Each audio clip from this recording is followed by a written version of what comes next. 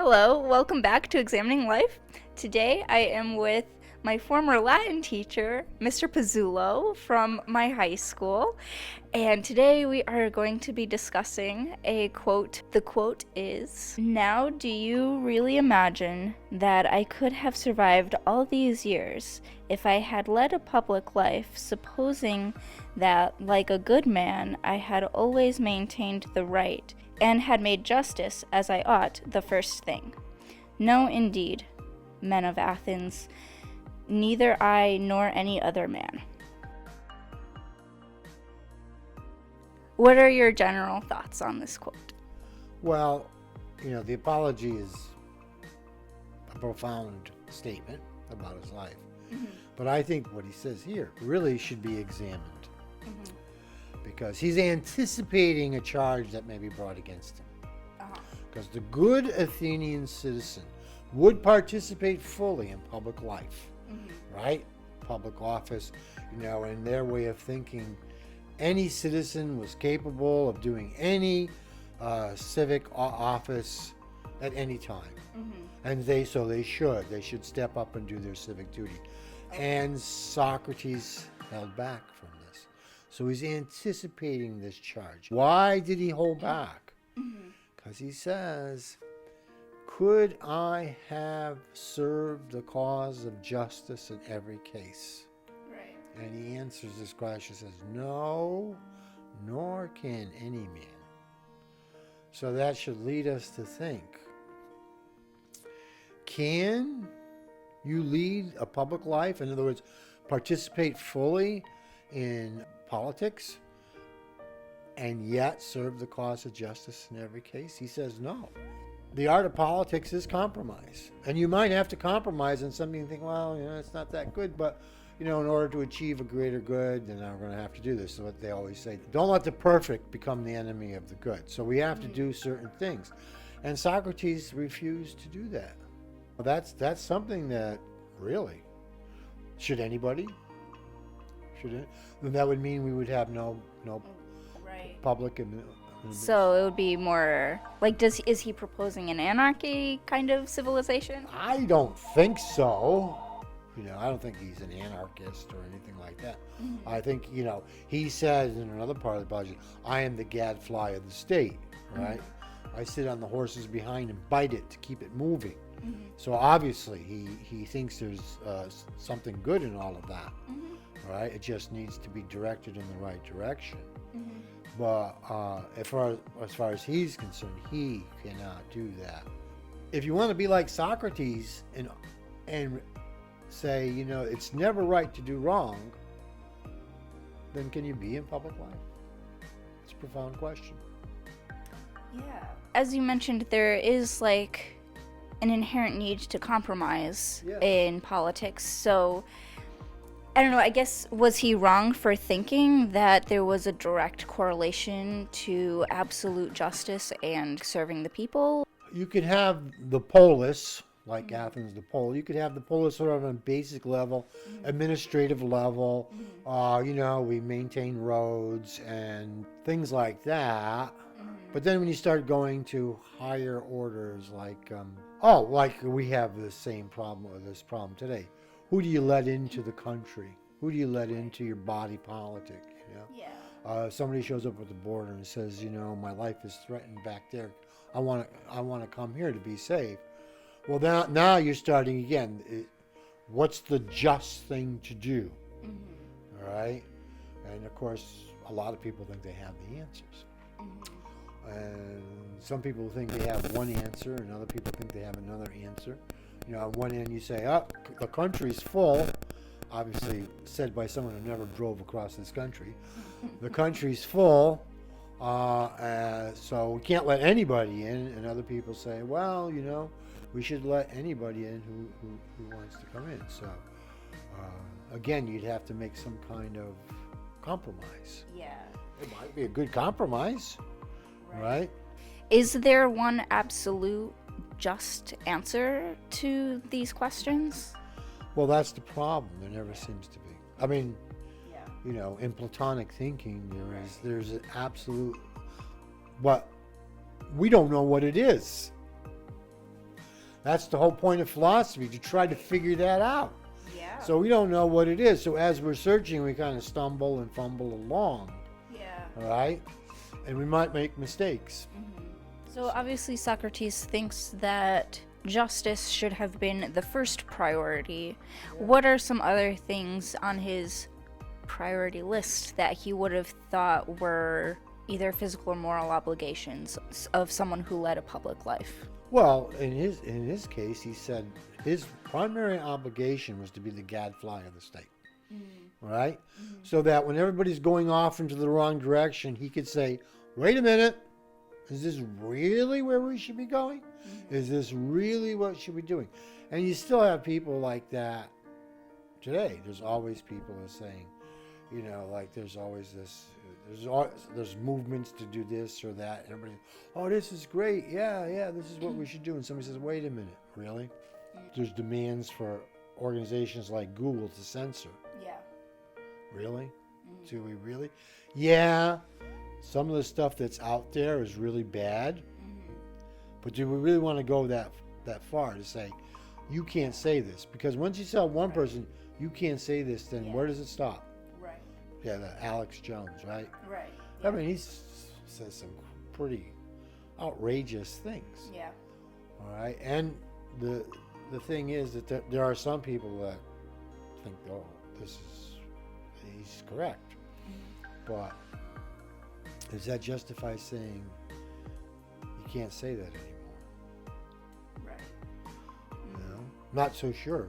But once you start telling one person, then can't you tell anybody? Yeah. And that's always a danger, you know, and that's what Socrates was. He always said, wait a minute, let's think about this. Yeah. All right? And he said that in an apology. He says, you know, I would question people, you know, people that the convention, people who have the wisdom of society. I would question them, and by his questioning, he would expose the fallacies in their thinking. And he says, you know, and these rich young men, they saw me do this, and they start doing it too. So all right, so that's why he is a corrupter of youth. Right. That's one of the two charges against him. Yeah. He's a corrupter of youth, because he says, look, all I did is watch what I did, and then they did the same thing. You know, don't blame me. Right. Yeah. Right. They're the ones doing that action afterwards. Yeah.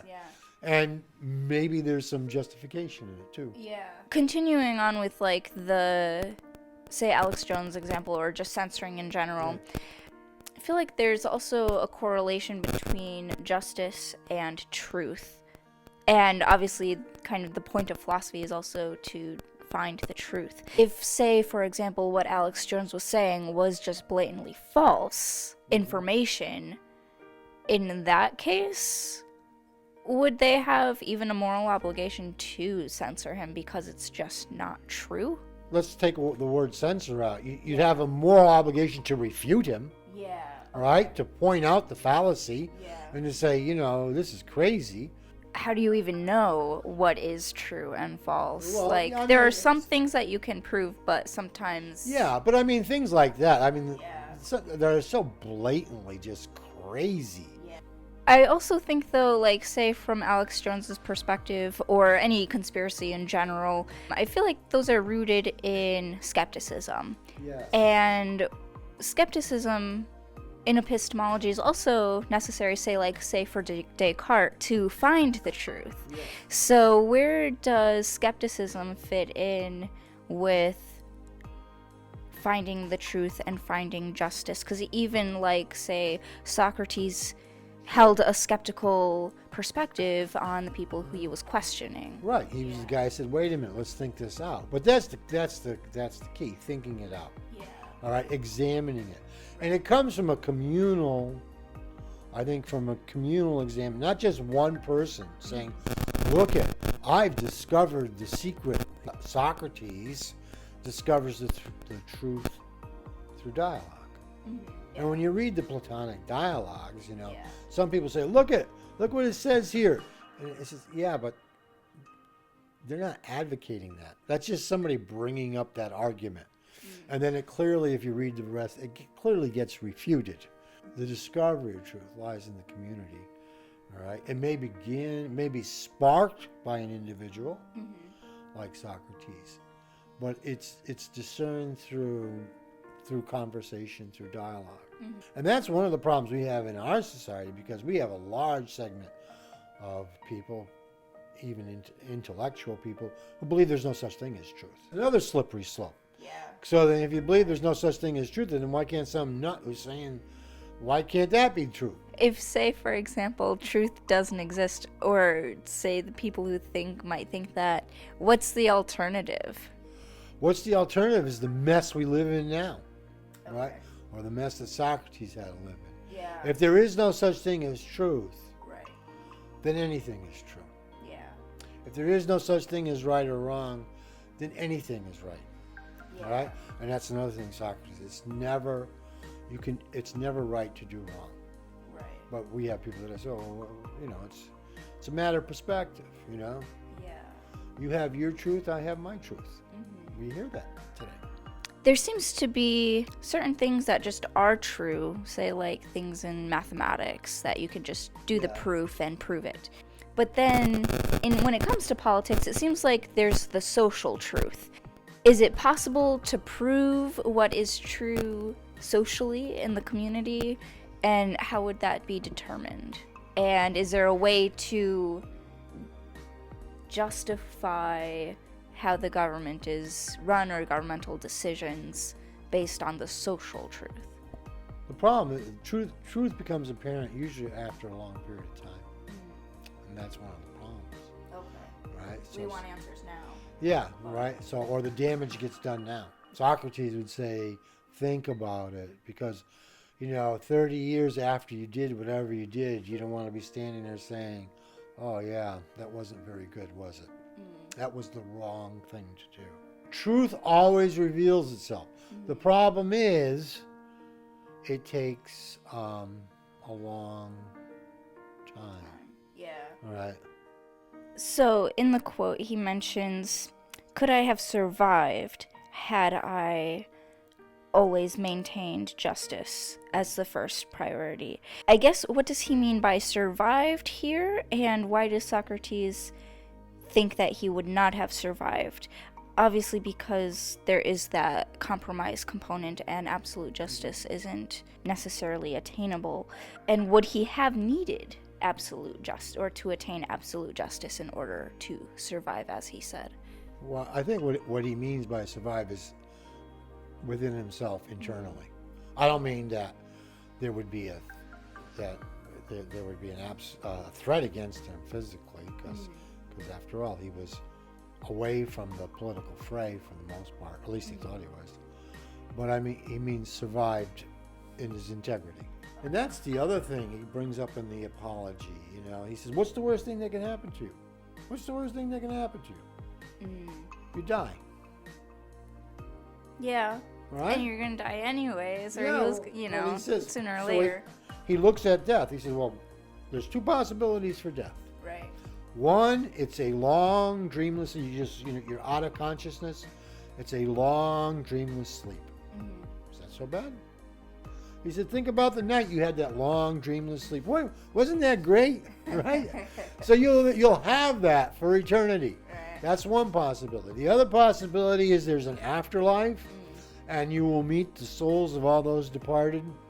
He says, I'd like to see Homer and Hesiod. I'd like to see those guys. Is that so bad? So he said, the worst thing we fear shouldn't be fear. Right. There's no point in fearing death. If you refuse to serve justice in every case because you're afraid of dying, there's really nothing to fear there. So based on your knowledge, what was corruption like in ancient Greece? Was it the same as we think of corruption today with lobbyists, or not necessarily lobbyists in the modern sense, but people paying people off and all that? Oh yeah, that's the way you did business. Right. Yeah. In a certain respect, this is still the way you do business. Why did the Athenians have 501 citizens on a jury? Right. Because that one.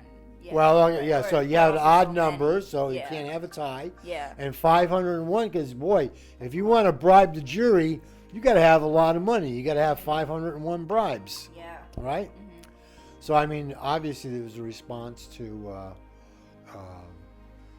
to a problem. Yeah. The term draconian law, that came from there, right? So, yeah, there was all, and then of course you realize that in ancient society there's no public prosecutor, there's no police force, there's no public prosecutor, right? Yeah. Everything depends on a citizen doing it himself, right? So, yeah, I mean, there's a lot of corruption, a lot of violence. The background violence is probably greater than anything we think of today. So say there's like a spectrum, right? And justice is on one end and corruption is on the other. But the people who do the corrupting or, pay people off, do they, like, in their perspective, is that justice to them? Like, do they call that justice, or do they know that it's inherently wrong morally and then just pay people off anyways because that's the system? I think probably, it could be either way because it's hard to say what motivates people. But I think, in a lot of ways, so that's the system, right? That's the way you do it. If I have a lot of money, then why shouldn't I be able to bribe a jury? Yeah. Or, get laws passed to benefit me or my family.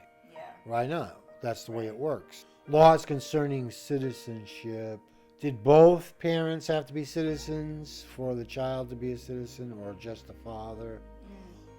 And that went back and forth, and it benefited some people one way and benefited people another way, and so you constantly try to get the law changed to benefit you, what you wanted.